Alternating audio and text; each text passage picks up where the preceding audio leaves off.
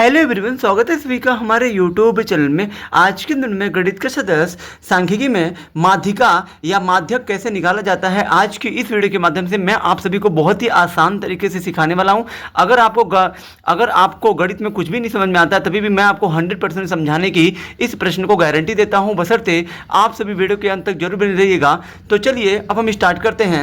जैसा कि हमारा क्वेश्चन दिया गया है, निम्नलिखित बारंबारता बंटन की माध्यिका ज्ञात कीजिए। कभी भी आपको प्रश्न जब देगा ना माध्यिका में, हाँ ठीक है, तो फिर प्रश्न में आपको जो दो कॉलम देगा, एक जो है आपका जो वर्ग अंतराल का होता है, एक होता है आपका बारंबारता जिसको हम लोग एफ से दर्शाते हैं। ठीक है, जब भी आपको प्रश्न दो कॉलम में दे तो आपको हल में जो है तीन कॉलम बनाना है। ठीक है, पहले दो कॉलम तो वही रहेंगे जो आपके प्रश्न में दिए गए हैं, और तीसरा कॉलम इसमें जो है माध्यिका में या जो माध्यक में होता है, माध्यक या माध्यिका में तीसरा जो कॉलम होता है वो आपका संचयी बारंबारता का होता है, जिसे हम लोग सी एफ से दर्शाते हैं। किससे? C F, C dot F. C का मतलब है कम्युलेटिव फ्रीक्वेंसी कहते हैं संचयी बारंबारता को इंग्लिश में। ठीक है, अब यहां देखिए, ये वर्ग अंतराल में आपको जो वही उतारना है जो आपका प्रश्न में दिया है, बारंबारता में भी आपको वही उतारना है जो आपका प्रश्न में दिया। तो वर्ग अंतराल में क्या दिया है? 0 से 10, फिर ये आपका 10 से 20 दिया है, फिर ये आपका 20 से 30 दिया है, फिर ये आपका 30 से 40 दिया है, फिर ये आपका 40 से 50 दिया है। ठीक है,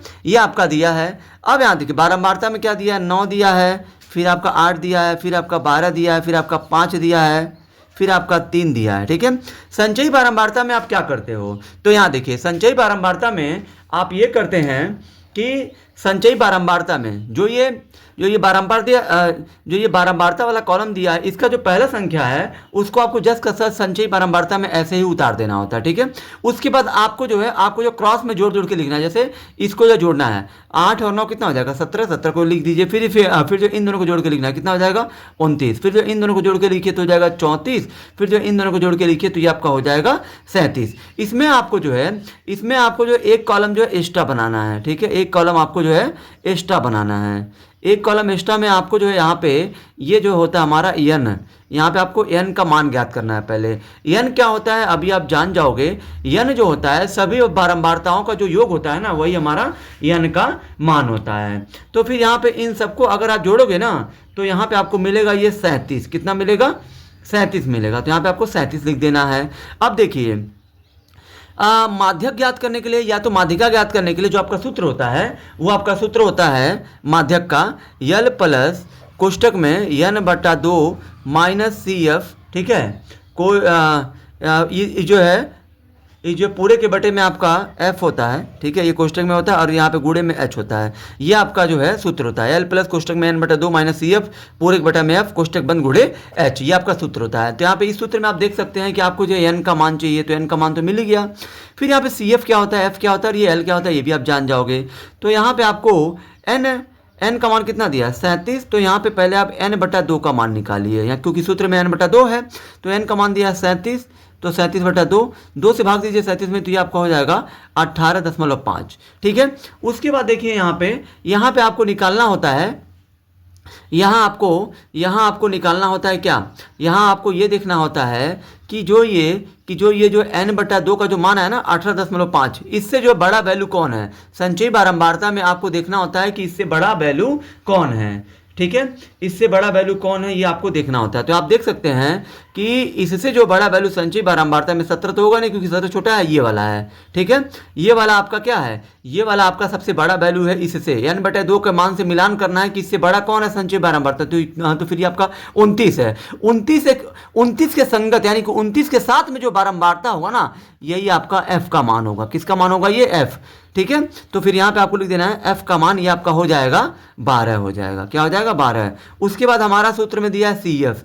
सी एफ क्या होता है? Cumulative frequency. तो यहाँ देखिए, यहाँ पे जो ये आपने f का मान लिया है ना 12 के ऊपर वाली संख्या में 12 के ऊपर वाली बारंबारता के संगत जो संचयी बारंबारता होता है ये आपका सी एफ होता है। यानी कि जो भी आपने f का मान लिया होगा उसके ऊपर वाली बारंबारता को देखना है, फिर जो उसके साथ वाला जो संचयी बारंबारता है वही आपका सी एफ का मान होता है। तो सी एफ का मान यहाँ पे आपका हो जाएगा 17 हो जाएगा। ठीक है, उसके बाद आपको यहाँ पे लेना होता है माध्यक वर्ग।